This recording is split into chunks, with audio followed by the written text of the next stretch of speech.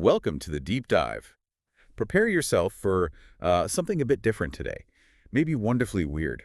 Definitely weird. We're looking at a project that sounds, well, almost impossible on the face of it. Yeah, we're talking about Regex Chess. Yeah. It's a fully working chess engine, but get this, it's built using, how many was it? An incredible 84,688 regular expressions. 84,000. Yeah. Just regular expressions, the things you use for text matching. Yep. Running chess. Exactly. And the creator's motivation, they said it themselves, entirely no purpose. Which is almost the best kind of motivation sometimes. It often leads to really deep learning. Totally. It forces you to push tools way beyond what they were designed for. And that's what we're digging into today, how they actually pulled this off. Right. How do you even do computation, let alone play chess with just Regex? We'll get into the ingenious methods behind it. And if you're brave enough, the whole thing, all 84,000 lines of Regex is up on GitHub for you to explore. Good luck with that.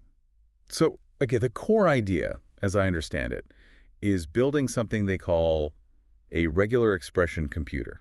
Yeah, not like a normal computer, obviously. No CPU in the traditional sense. It's more like a custom set of instructions where each instruction is just a series of regex find and replace operations. And the entire state of this computer, all its memory, its variables, it's all stored in one single long string. Pretty much. It has a specific format, starts with %, then like hashtag stack, followed by whatever's on the stack, and then hashtag variable 1, value 1, hashtag variable 2, value 2, and so on. Okay, %, hashtag stack, Yeah. hashtag variable 1. Patchy gobble one. Got it. So how do you actually do anything with that, like basic stuff? A stack operation. Yes. So let's take push. Adding something to the stack. There's a regex that looks specifically for stack. That's group 1. Right. Finds the header. Okay, the replacement rule is basic G1, which is that header, again, followed by the constant value you want to push, and then a new line character in. Ah, okay. So if the stack is empty, just %% next tag stack, and you push hello, it becomes %. and then world. You get %% shack stack. Newest thing always goes on top, like a proper stack. Clever. Okay, so pop must be the reverse, removing the top item. Yep, similar idea. The regex is %tag stack. Group 1 is the header again. Group 2, that in, captures everything, not a new line right after the header. That's the top item. Captures the world in our example. Exactly. And the replacement, just one. It just puts back the header. So the world on part just disappears, leaving % and tag stack. Okay, I'm starting to see it. But variables. How do you look up a variable's value? Or change it? That sounds way harder. Lookup is actually quite neat. Let's say you want the value of a variable called bar. The regex is something like 10 hacktags bar, and in it. Well, okay, break that down. Sure. Group 1 is the stack header again, %hackTag stack. Group 2, %tag bar, matches everything from the start of the stack contents up to and including the hashtag bar part. So it finds the specific variable definition. Right. And group 3 captures the value after hashtag bar. Anything that isn't a space or a new line, that's the actual value. Okay, like world, if it was hashtag bar world. Exactly. Then the replacement is 1. Say that again. Yeah. It takes the header, puts a new line, then the value on top of the stack. Then it puts back the stuff leading up to the value and the value itself, 3, again, plus a new line. Wow. Okay, so if the state was perspend and tag foo, hashtag bar, world, hashtag bar. 42, looking up bar puts world onto the stack. Yes. The state becomes %% world hashtag foo. Hello, hashtag bar, world, hashtag bar 42. Notice the original hashtag bar world is still there. Lookup just copies the value to the stack. Got it. A non-destructive copy. So assignment must be next. How do you change bar's value or create it if it doesn't exist? The source called it assign pop. Right, assign pop, because it takes the value from the top of the stack. And yeah, handling existing versus non-existent variables is where it gets. Well, interesting. It uses 3 regex rules. 3 rules just for assignment. Yep. It's a clever trick. Let's say we want to assign whatever's on the stack to bar. Rule 1 handles a case where bar already exists. Okay. The regex is roughly %ren stack, initiate bar 2. It captures the start %, the value on the stack group 2, and everything up to and including the existing hashtag bar line group 3. And the replacement. The replacement is 1 cactac. Notice the backtick added right after %. Then it puts back the stack header, the part including the old hashtag bar line group 3, and finally the new value from the stack group 2. Well, and a backtick. Wait, you said group 3 included the old bar line, so wouldn't that put the old value back? Good catch on the description. Let me clarify the replacement logic. The key is how regex replacement often works with capturing groups when the same variable name exists. Let's re-examine the intent. The goal is to replace the old value. The regex finds the line containing hashtag bar. The replacement essentially reconstructs the state, placing the new value, pop from the stack, group 2, where the old value was. The backtick acts as a flag. If rule 1 succeeds, meaning bar existed, it adds the backtick. Okay, so if the state is protect bar, stack.world hashtag foo. Hello, hashtag bar something. Assign bar finds the hashtag bar something line. The replacement uses the world from the stack and puts the backtick, resulting in something like %tagged hashtag. Hashtag foo hello, hashtag bar world. Exactly. The world replaces something. Now, what if bar doesn't exist? Rule 1 fails. That's where rule 2 comes in. I know that part. That specifically looks for a state without the backtick right after %. So this rule only runs if rule 1 didn't. It captures the %group 1, the stack header group 2, the value to assign group 3, and the rest of the variable definitions group 4. And its replacement. It's 1 4 stack bar, 3 a hen. It adds the backtick, keeps the start and stack header, puts the other existing variables back 4, and then appends the new line, hashtag bar, followed by the value from the stack. Ah, so it creates the variable line. If we had persig stack, hashtag foo hello, and did a sign pop bar, rule 1 fails, rule 2 runs, adds the backtick, and makes a % stack, hashtag foo.hello, hashtag bar.world then. You got it. And rule 3. Let me guess. It removes the backtick. Exactly. % replaced by %. Just cleanup. It's a state machine implemented with temporary flags in the text itself. Really quite clever to handle conditional logic like that. It really is. It's like building an ifalse out of search and replace. This leads to conditional execution more generally, right? The con function. Yeah, con works with tags, like %tag. It lets you do branch-free conditionals. Depending if the stack top is true or false, it might add a specific tag, like %active branch or something, to the state. And then another instruction uses that tag. Right. A function called reactivate can later look for states marked with a certain tag and make them the active ones for processing. It's kind of like predicated execution in some CPUs, where an instruction only has an effect if a condition flag is set. So you don't jump around in the code, you just mark states as active or inactive based on conditions. Pretty much. But this leads to a big limitation. No loops. Right, you mentioned that. How can you do anything repetitive, like generating chess moves? You can't use a traditional for or while loop. Any bounded computation, like checking all 8 directions a queen can move or all possible knight moves, has to be unrolled. Meaning you literally write out the regex sequence for check direction 1, then check direction 2, then direction 3. Exactly. For every single possibility within the known bounds. It makes the code very long. 84,000 regexes didn't come from nowhere. I can imagine that sounds incredibly cumbersome. But you also mentioned something that helps. SIMD. Single instruction, multiple data. How does that work here? This is one of the coolest parts, I think, because regex replacements usually happen globally across the whole string. If you structure your state string cleverly, you can get parallelism. How? You can have multiple sections in the state string, each starting with its own %. Each % section can represent an independent state or thread of execution. Like different possible chessboards. Exactly. Or just different pieces of data you want to process in parallel. Then a single regex instruction, say one that performs binary addition, if it finds the right pattern inside multiple % sections, it will perform the addition in all of them simultaneously. Wow, okay, so one regex rule can operate on like 10 different board states at once if they're all set up right in the text. Precisely. Parallelism via pattern matching. The source shows an example adding 2 different sets of binary numbers at the same time this way. That's mind-bending. How do you manage creating and controlling these parallel threads? There are specific instructions for that.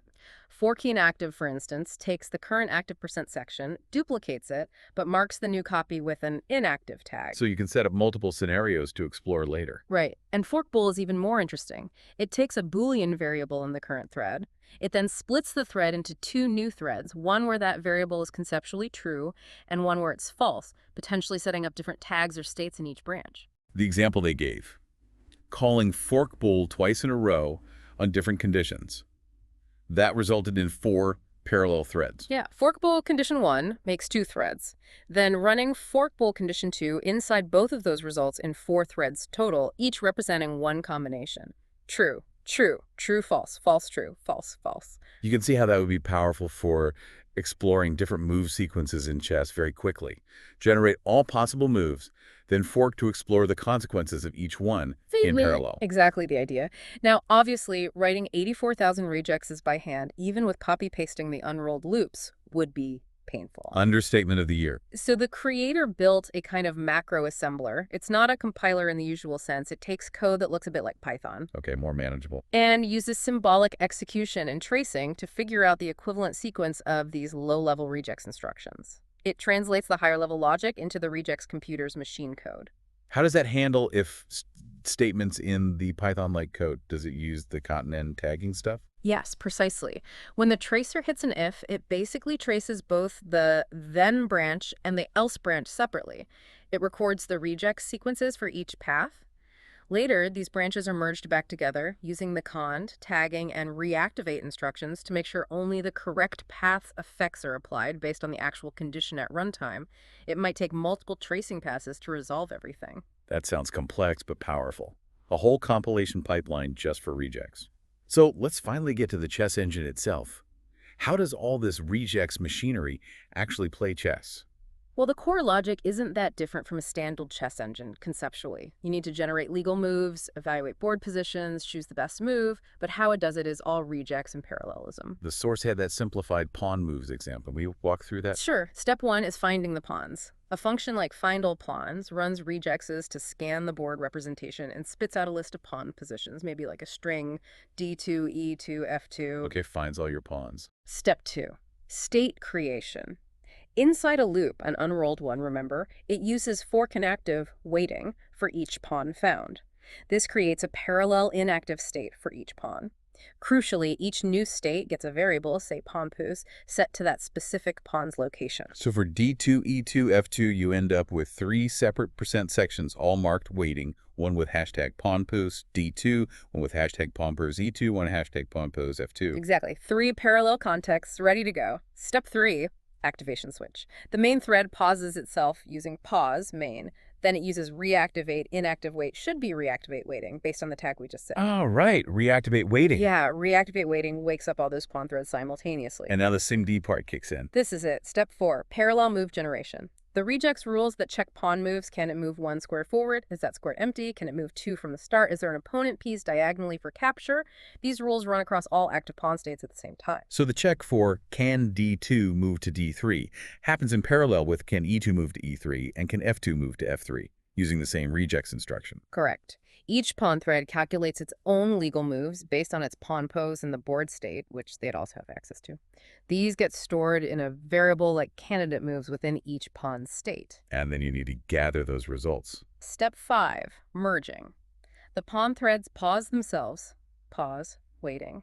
The main thread reactivates, reactivate main, and then a series of rejexes, which conceptually act like a merge variables from a thread's function, collect all the candidate moves lists from the now paused pawn threads into one big list in the main thread. Wow. So it's like farming out the work to specialized pawn checkers that run in parallel. That's a great way to put it. And this parallel approach is used for other pieces too, of course.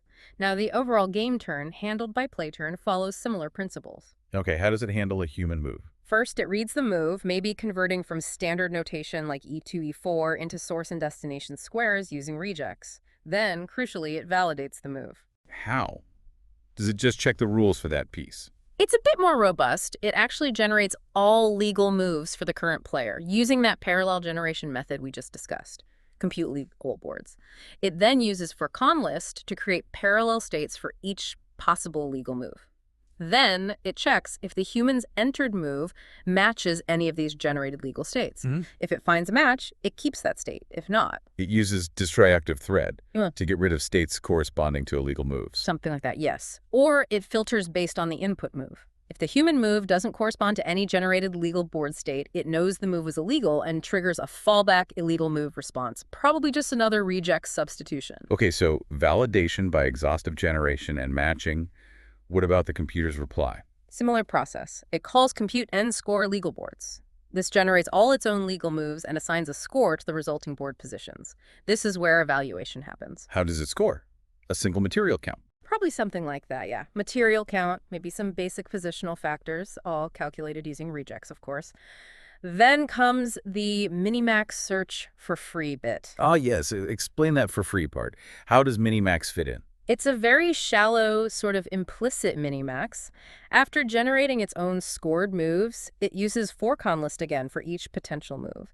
But within those forks, it then generates the opponent's pseudo-legal replies, Pseudo-legal. meaning moves that look legal for the pieces, but might not fully check if the opponent's own king is left in check after making them. It's a simplification for speed. Okay, so it generates these slightly less than perfect opponent replies for each of its potential moves. And then it checks if any of those opponent replies result in capturing the computer's king. It also looks at the scores from the opponent's perspective. It then uses an instruction like keep best scoring board to select its initial move that leads to the best outcome after considering those immediate opponent threats and responses. So it's depth 2 search, one move for the computer, one for the opponent, but with that slight caveat about the opponent's move, legality potentially being imperfectly checked. Exactly. It's free in the sense that it leverages the parallel generation and checking it's already doing rather than a separate recursive search function. It gets a basic look ahead woven into the move generation and filtering process. Still, pretty impressive for Regex.